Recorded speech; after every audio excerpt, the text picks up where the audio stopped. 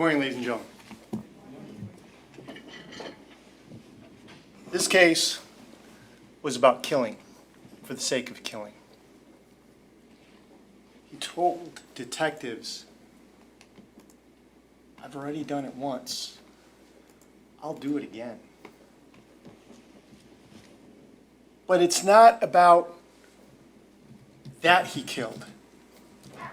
It's about how he killed. Blunt force trauma gained compliance for submission. Strangulation for silence. According to him, it only takes 2 minutes.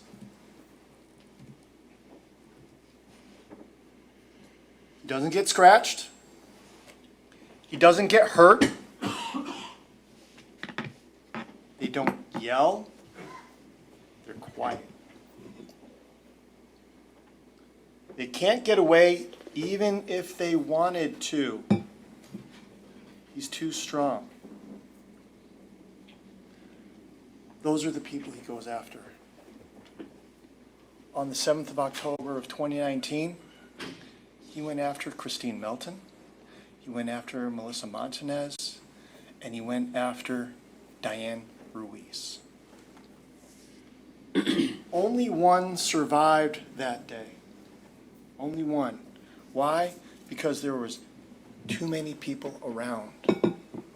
But if you remember what he said, he'd have killed her too if given a chance. Now, what I expect the court to do is give you a series of instructions. What we need to prove to you that he did everything that we've charged him with.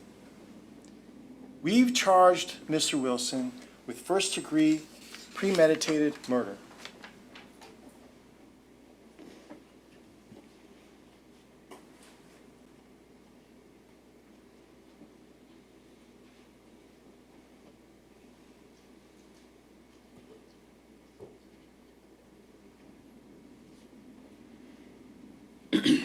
We need to prove that Kristine Melton is dead.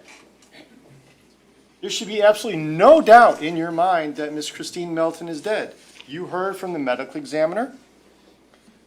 You heard from Miss Kristine Johnson. You even heard from Mr. Wilson himself.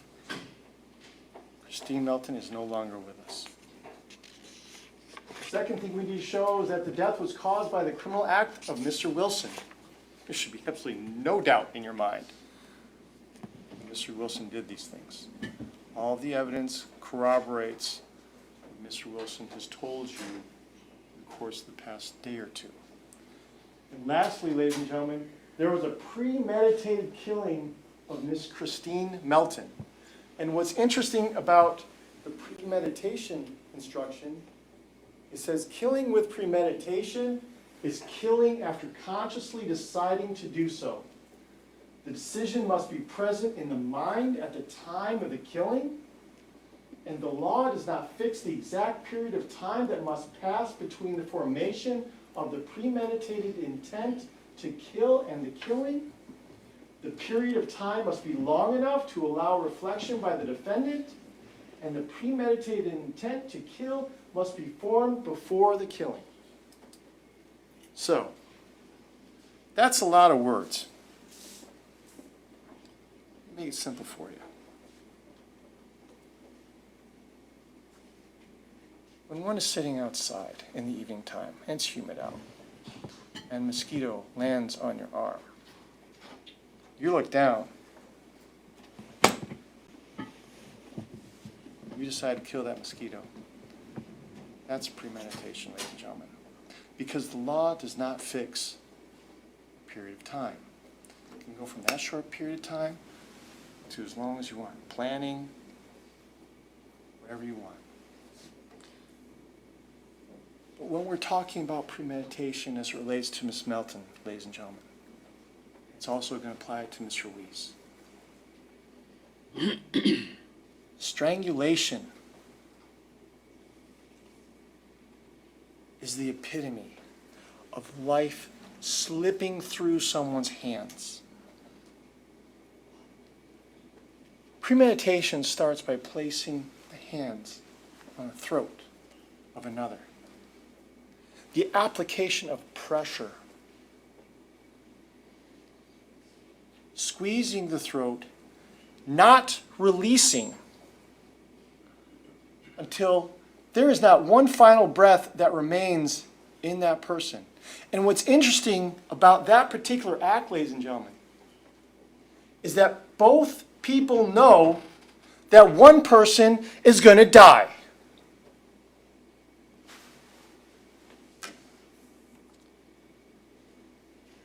So when Mr. Wilson decided to go ahead and inflict blunt force trauma upon Miss Melton, you heard about it.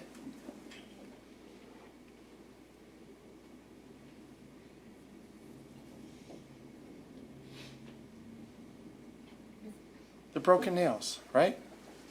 She was a fighter. She knew what was happening. We also know what? The lungs, the colon, the bladder. What else? The liver. You heard about the brain swelling from Dr. Coyne? She was alive when all that happened. Couldn't happen after she was strangled. And then what do we also know? We also have the compression of the neck. 2 marks. The deep hemorrhages that Dr. Hernandez talked to you about. Dr. Coyne and Dr. Hernandez told you that was all consistent with asphyxiation. It's another term for strangling someone, ladies and gentlemen. That is premeditation. That, ladies and gentlemen, is first-degree murder. Well, what do we know happened next? Well,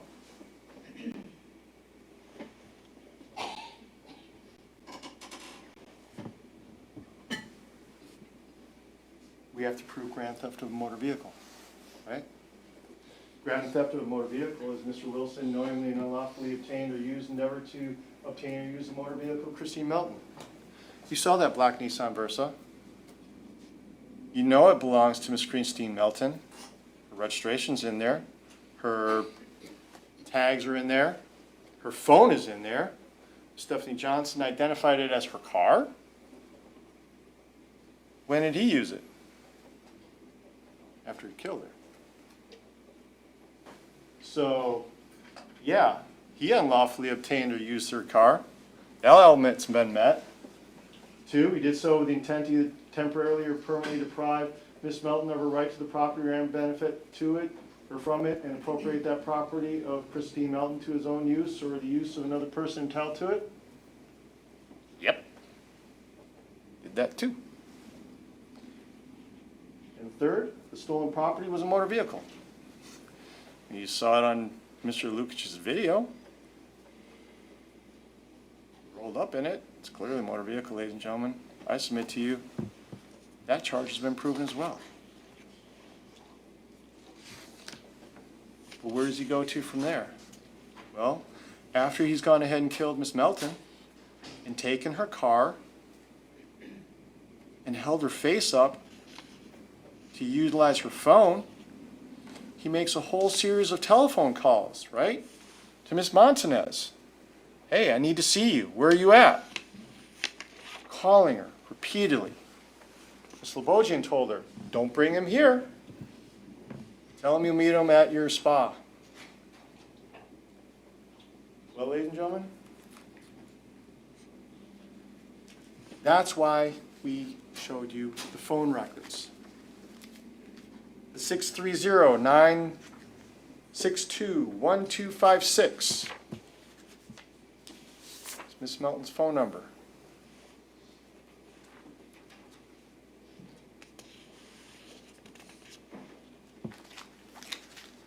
We also have Miss Montanez's phone number.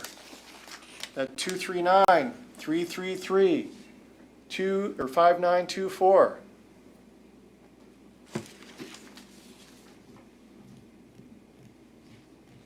And also what comes up later is this 239-200-8319 number.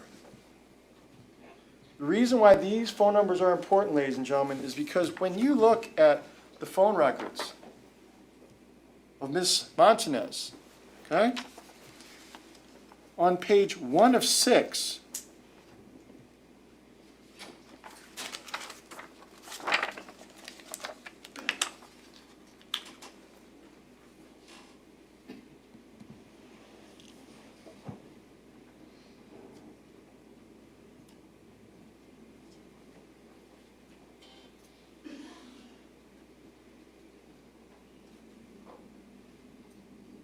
you're going to see the 200 numbers. You're going to see the 333-5924. You're going to see 333-5924. You're going to see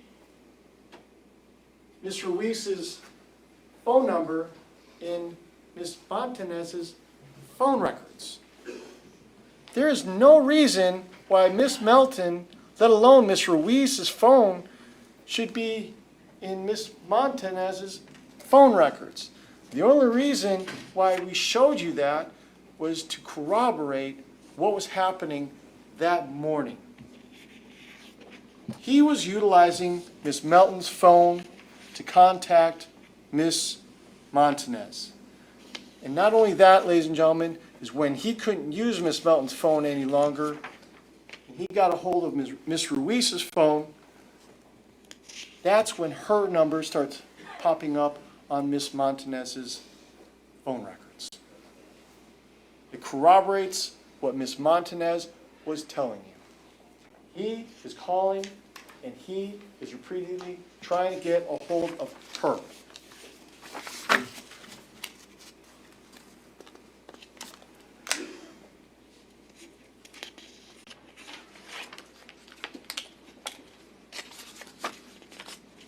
But what's interesting, ladies and gentlemen, is after he gets a hold of her, he just doesn't want to find out where she is or what she's doing. But what does he do?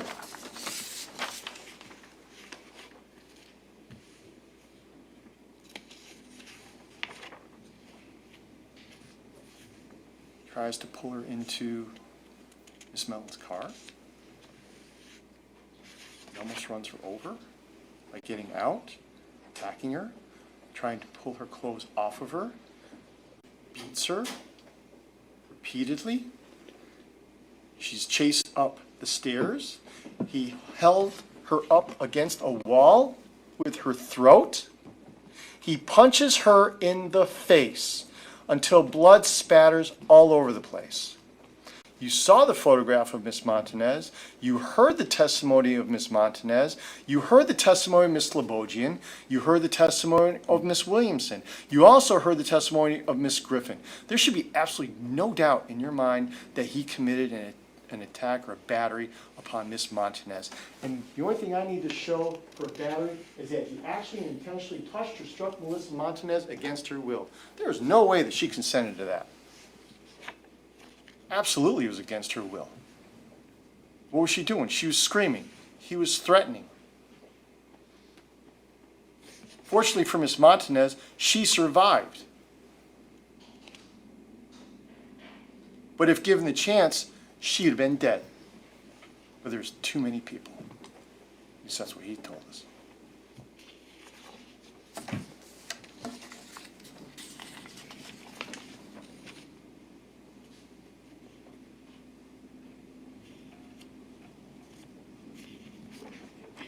That brings us to his next victim, right? After he gets done with Miss Montanez, he takes off in that vehicle. There's too many people. He heads to Cape Coral. He comes across a young lady who's on her way to work, dressed in a light blue shirt, jeans, dark shoes. Lures her to the car by feigning to ask for directions. somehow manages to get her inside the car.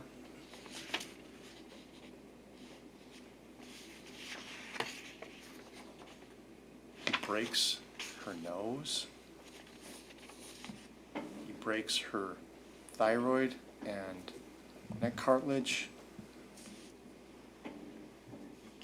He also runs her over repeatedly. Why? Because after he had choked her, he claims that she somehow was still alive because she also was a fighter, ladies and gentlemen. She had multiple rib fractures. Dr. Coyne told you there was no way left unattended that she would have been able to survive. And he ensured that that was going to happen, that she did not survive. Why? Because he's the one who placed her on that empty lot, under those shrubs, under that tree, to make sure that no one would find her. Luckily, when law enforcement was looking up in the sky and just happened to be in the area and they saw that single vulture that was circling,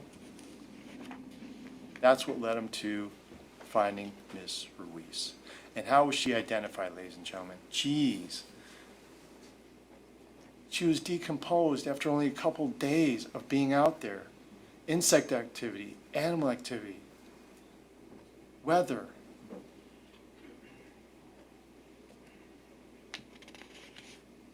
Her husband had to fiance had to identify the ring.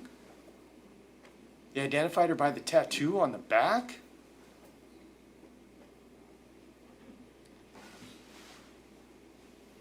Diane Ruiz is dead. Death was caused by Mr. Wade Wilson. And there was a premeditated killing of Diane Ruiz. Once again, ladies and gentlemen,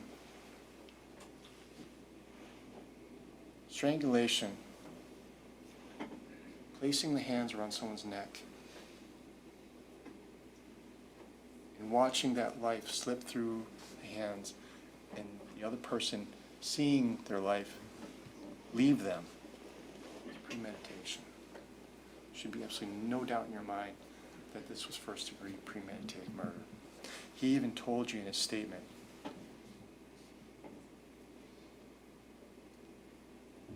she was scared. She wanted to be dropped off. And if you listen real closely to his statement, he also said he knew he wasn't going to drop her off, he was going to kill her. He already had it in his head. Why? Because he already killed once before. He was going to do it again. And true to his word, he did.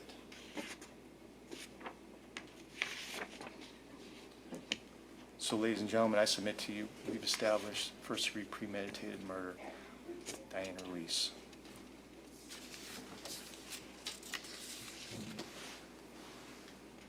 Where does he go from there? He goes to Joe's Crab Shack, right? Because Officer McCormick received information regarding the battery of Miss Montanez. He's confronted there. He plays dumb. He doesn't know anything about a battery. But what does he do? He leaves. He's not sticking around for that. Nope. Where does he go? He goes to Mateo Graphics. One of the other people he knows, Mr. Lukic. Hey, can you help me out? I need a plane ticket. I need a taxi. I need to get out of town. Why? Because I just killed people. I just killed some people. He was frantic. He only had a pair of pants on. Blood on him. No shirt. No shoes. Law enforcement gets there. What does he do? He doesn't stick around. He leaves. Where does he go? He goes to the Amlin residence, right? Unfortunately for Miss Amlin,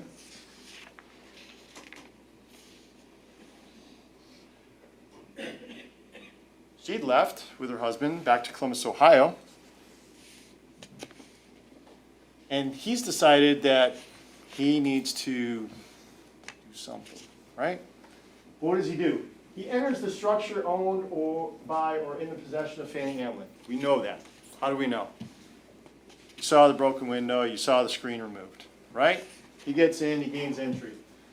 At the time of the entering structure, he had the intent to commit a theft in that structure. Of course he did. He helped himself to some food, he helped himself to some drink, there was different clothes that were laid out. He needed to figure out what he's gonna do. What does he do? Contacts his dad. Hey, can you help me out? I need to get out of here. Can you send me an Uber? I need your help. Dad's conflicted. Dad, fortunately enough, does the right thing. He contacts law enforcement and contacts Mr. Wilson and encourages him to give the address and location of where he is. But while Mr. Wilson is in there, like I said, he commits petty theft. Because he knowingly and unlawfully obtained or used or endeavored to obtain or use the property of Fanny Amlin. You saw the White Claw, seltzers. You saw the various food that was laying there. You saw the clothing that was laid out. You saw the backpack. He did so with the intent or easery affirmatively to deprive Fanny Amlin of his or her right to property or any benefit from it, or appropriate the property of Fanny Amlin to his own use or the use of any other person not entitled to it. He didn't have permission to be in there. He didn't have permission to utilize any of the items that were in there, and he didn't have any permission to do anything inside that residence, let alone endeavor to use it, obtain it, deprive Ms. Amlin of it. Nothing. So, ladies and gentlemen, we submit to you. We've established burglary. We've also established theft.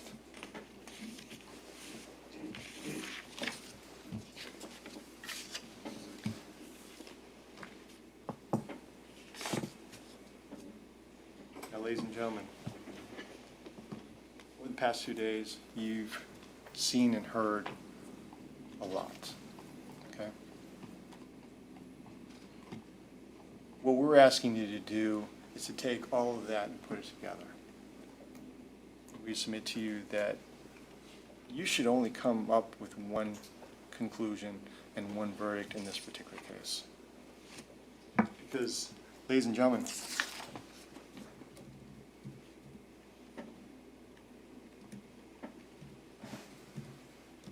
this case was never about Mr. Wade Wilson. It's about what Wade Wilson did to Kristine Melton and Diane Ruiz. And make no mistake about it, despite his bragging, his boasting, and the excitement he wants to feel, this case was nothing more than a graphic, vulgar display of power. And we're going to ask that you find Mr. Wilson guilty of first-degree premeditated murder for killing and strangling Ms. Melton.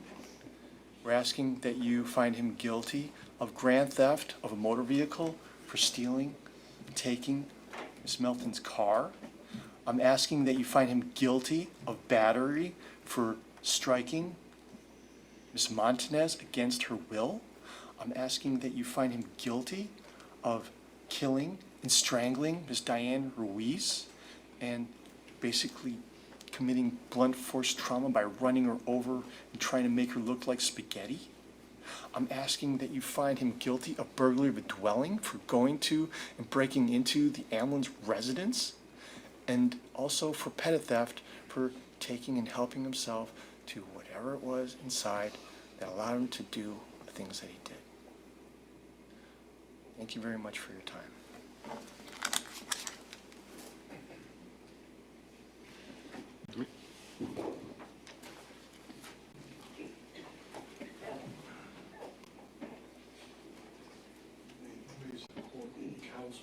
Yes, sir.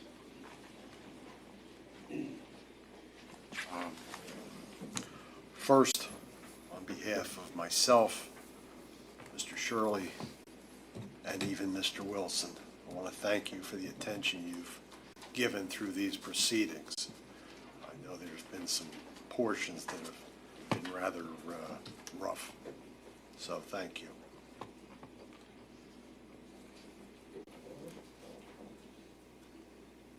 I want to get up here and I want to argue about premeditation. I mean, I'm not arguing whether these ladies are dead.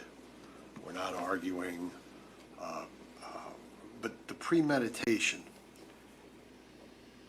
First off, let's go through the timeline.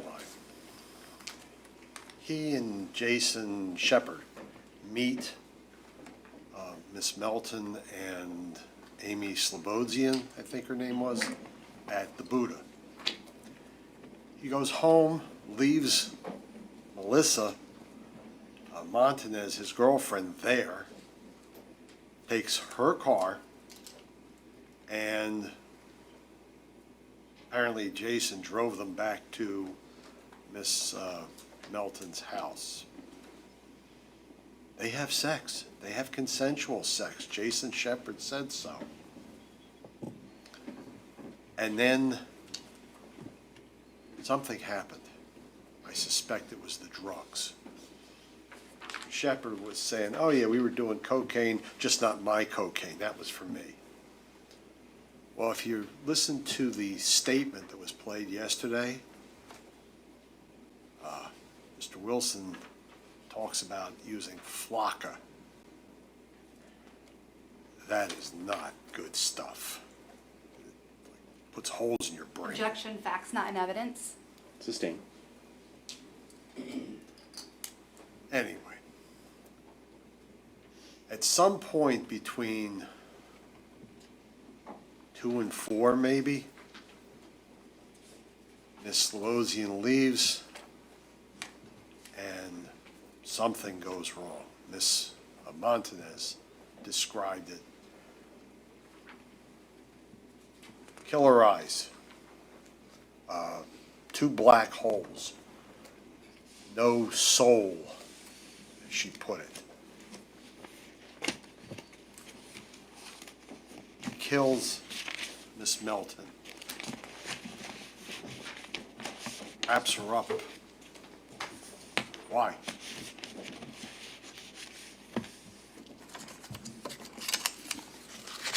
Rather than premeditation, I would submit to you that the judge is going to give you an instruction on second-degree murder. And one of the, or also known as depraved mind murder. I don't think anyone can argue that none of this was not depraved. But in order to commit second-degree murder, there must be an unlawful killing by an act imminently dangerous to another, no one's arguing that, demonstrating a depraved mind without regard for human life. An act includes a series of related actions arising from and performed pursuant to a single design or purpose. An act is, quote, imminently dangerous to another and demonstrating a depraved mind, end quote, if it is an act or a series of acts that a person of ordinary judgment would know is reasonably certain to kill or do serious bodily injury to another, no question about that, is done from ill will, hatred, spite, or an evil intent, and is of such a nature that the act itself indicates an indifference to human life. Whatever he was doing, nobody's arguing was not depraved. Look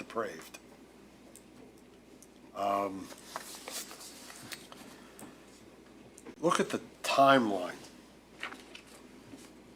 Miss Melton was murdered sometime between 2 and 4, maybe, when Miss Slobodian left. She had to go to work. Then there's the incident about 7:30, 8 o'clock with Miss Montanez.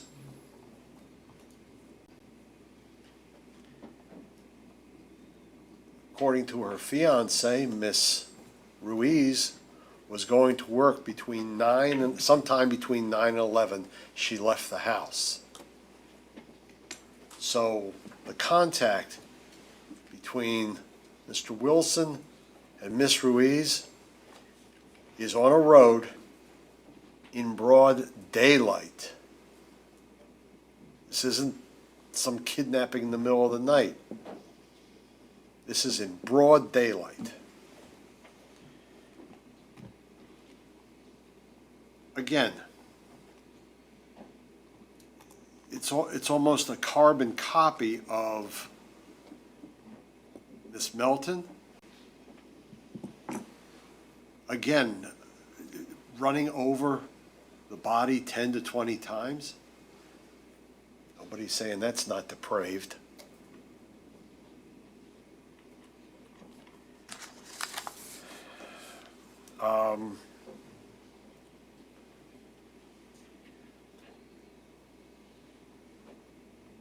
We're not arguing he didn't do it. There's solid evidence that he is responsible for those 2 deaths and the battery of Miss Montanez. But Miss Montanez's testimony, you need to think about that, whether this was premeditated in term. I mean, Miss Melton had sex with him.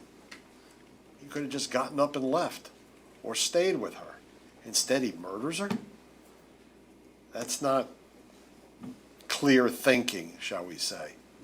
I'm not arguing insanity. I'm just arguing that the state's claiming premeditation, and I'm saying he's whacked out. He's just out of his mind for any of this.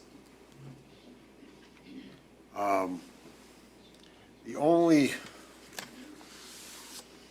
other point I'd like to make is the burglary. Okay. Burglary of the Amlin house. The second element. At the time of entering, not after you're inside, at the time of entering the structure, Wade Wilson had the intent to commit theft in that structure. No, he was hiding from the police. Remember, this was after the incident with Officer McCormick. He helped himself to the food. I'm not claiming he didn't commit petty theft, but the reason he went into the house is because he was hiding out from the cops. So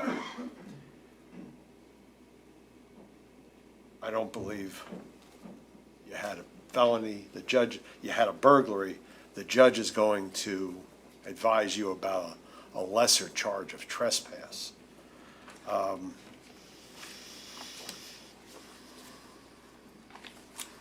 Again, I respectfully request that you consider whether this was premeditated or depraved mind murder.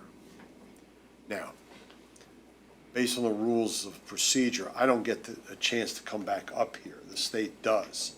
So I need you to consider what they're going to argue to you in their closing argument, because I don't get a chance to rebut it. I thank you for the attention you've given, and appreciate your assistance in this case. Thank you. May it please the court? Yes, ma'am. Counsel? Ladies and gentlemen of the jury, this was premeditation all day long. The defendant's attitude toward these women was despicable. He bragged about their deaths to his dad after he killed them. No regret, no remorse. And he replaced the name Kristine's mother gave her at birth with the name bitch. I killed a bitch. I choked that bitch out.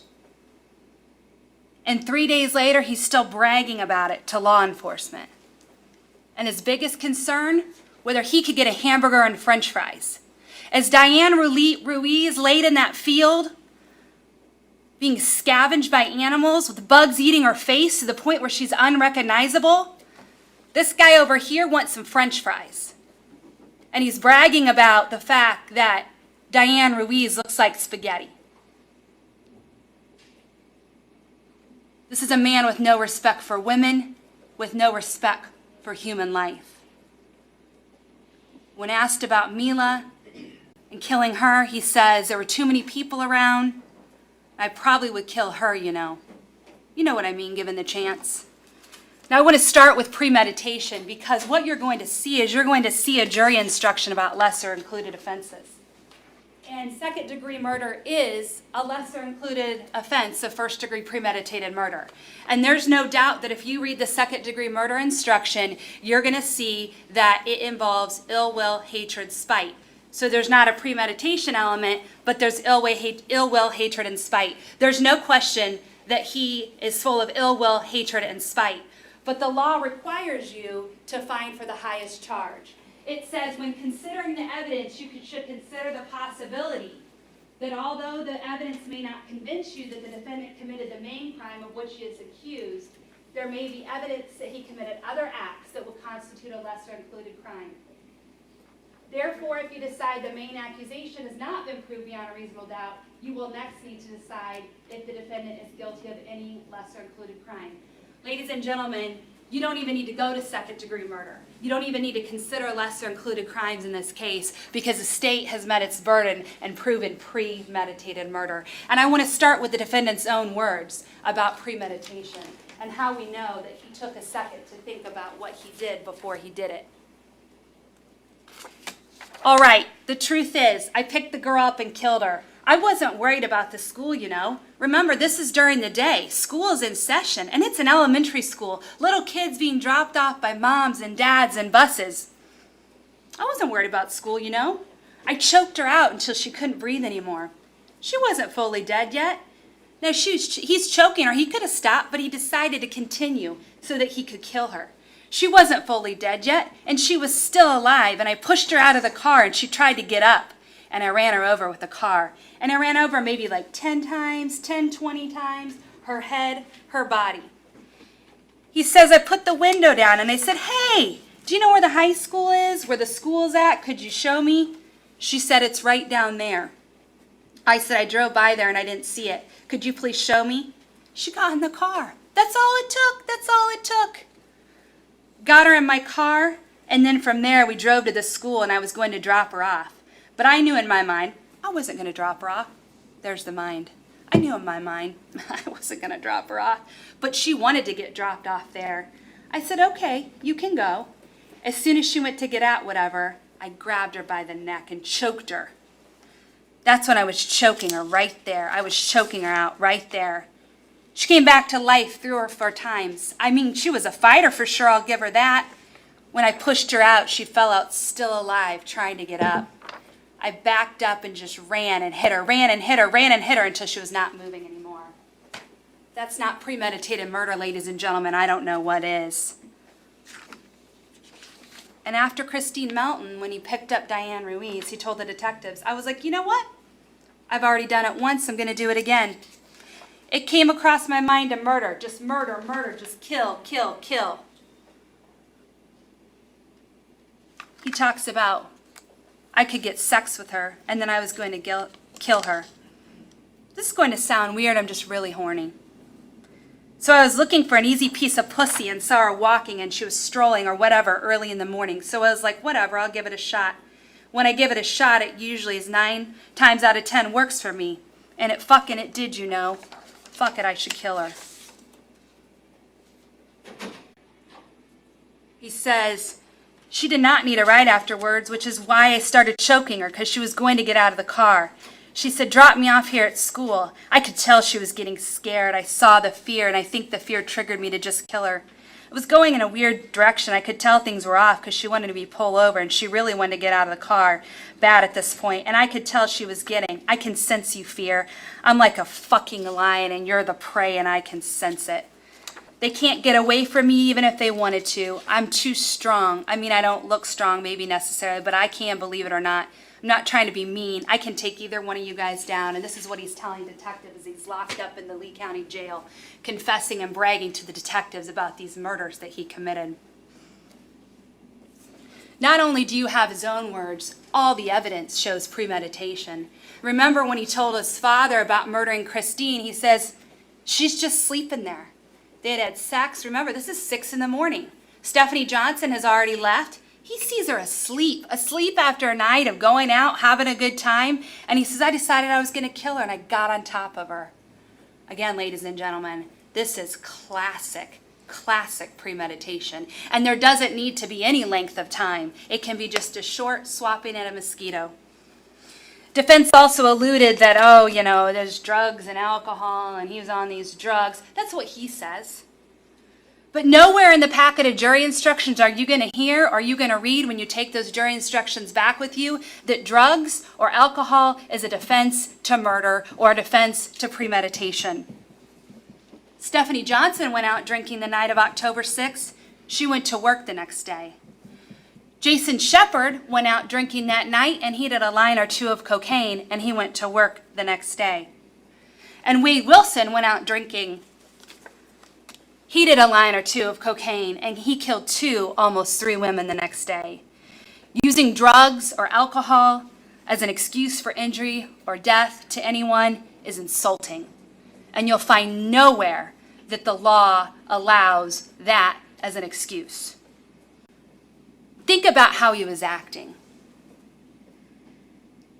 He's at Mateo's Graphics. Why is he there?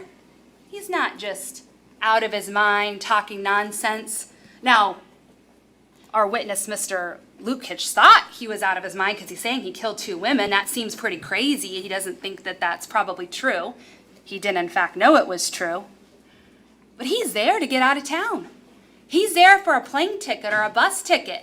This is someone who knows exactly what he did.